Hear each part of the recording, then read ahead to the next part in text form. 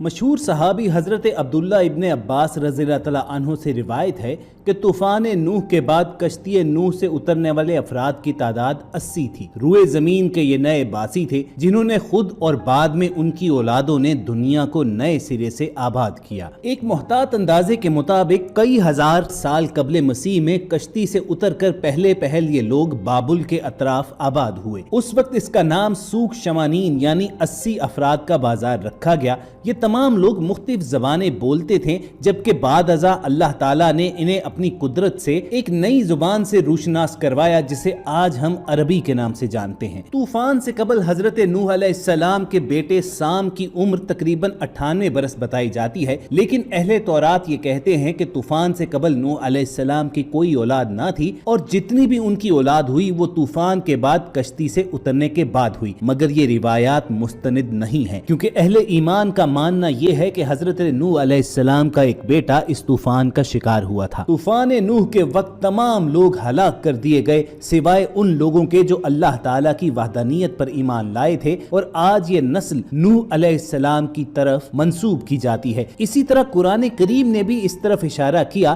کہ ہم نے ان کی اولاد کو باقی رکھا۔ بعض لوگوں کا کہنا ہے کہ نوح علیہ السلام کے 2 بیٹے تھے اور وہ دونوں طوفان سے قبل ہی وفات پا چکے تھے۔ ان میں سے ایک کا نام کنان اور دوسرے کا عامر تھا۔ ابن عباس رضی اللہ تعالیٰ عنہ سے مروی ہے کہ نوح علیہ السلام کے ہاں سام پیدا ہوئے، ان کی اولاد سفید اور گندمی رنگ کی تھی۔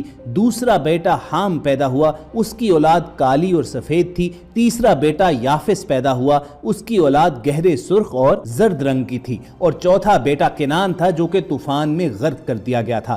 اہل عرب کنان کو یام کے نام سے پکارتے ہیں۔ مجوسی طوفان نوح سے انکاری ہیں، ان کا کہنا ہے کہ دنیا جیومرت کے زمانے ہی سے باقی ہے۔ ان کا ماننا یہ ہے کہ جیومرت دراصل حضرت آدم علیہ السلام ہی ہیں، اور وہ ایک دوسرے کو اپنا وارث بناتے رہے یہاں تک کہ فیروز بن یزدگرد بن شہریار کا زمانہ آ گیا۔ حضرت قتادہ رضی اللہ تعالیٰ عنہ سے روایت ہے کہ تمام بنی آدم نوح علیہ السلام کی اولاد ہیں۔ اسی طرح ابن عباس رضی اللہ تعالیٰ عنہ سے بھی یہی روایت ہے کہ تمام انسان اولاد نوح ہیں۔ اسی بنا پر حضرت نوح علیہ السلام کو آدم ثانی بھی پکارا جاتا ہے۔ خواتین و حضرات، کہا یہ جاتا ہے کہ بابل کا شہر طوفان نوح سے بھی پہلے آباد تھا۔ شاید اسی لیے ایک مورخ نے لکھا ہے کہ ان 80 افراد کی آبادی میں اضافہ ہوا تو انہوں نے بابل میں سکونت اختیار کی اور اسے نئے سرے سے آباد کیا۔ ابتدا میں اس شہر کا رقبہ 96 مربع کلومیٹر تھا۔ جب ان افراد کی آبادی میں اضافہ ہوتا رہا حتیٰ کہ یہ 1 لاکھ تک پہنچ گئے تو انہوں نے بابل سے نکل کر ارد گرد کے علاقوں میں رہائش اختیار کی، اور پھر یہ دنیا کے مختلف حصوں میں پھیلتے چلے گئے۔ تورات کے تمام تواریخ عالم میں حضرت نوح علیہ السلام کے بیٹوں کی تعداد 4 بیان کی گئی ہے۔ ان میں سے یام یا کنان طوفان نوح میں ڈوب کر مر گیا تھا،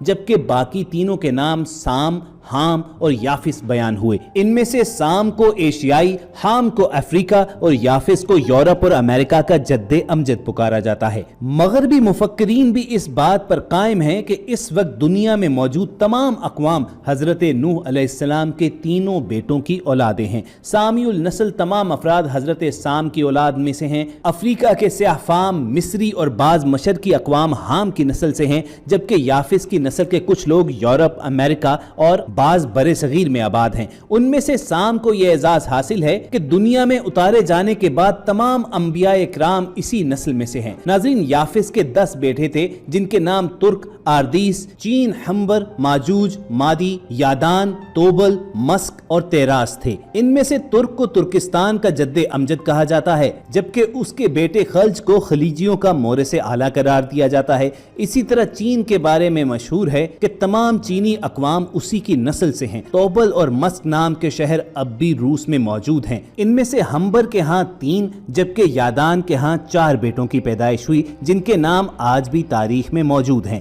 سام کے بیٹوں کی تعداد 11 بیان کی گئی ہے، جن میں سے ایک بیٹے ارام کے 4 بیٹے مزید پیدا ہوئے جن کے نام اوز، یاؤز، جتر،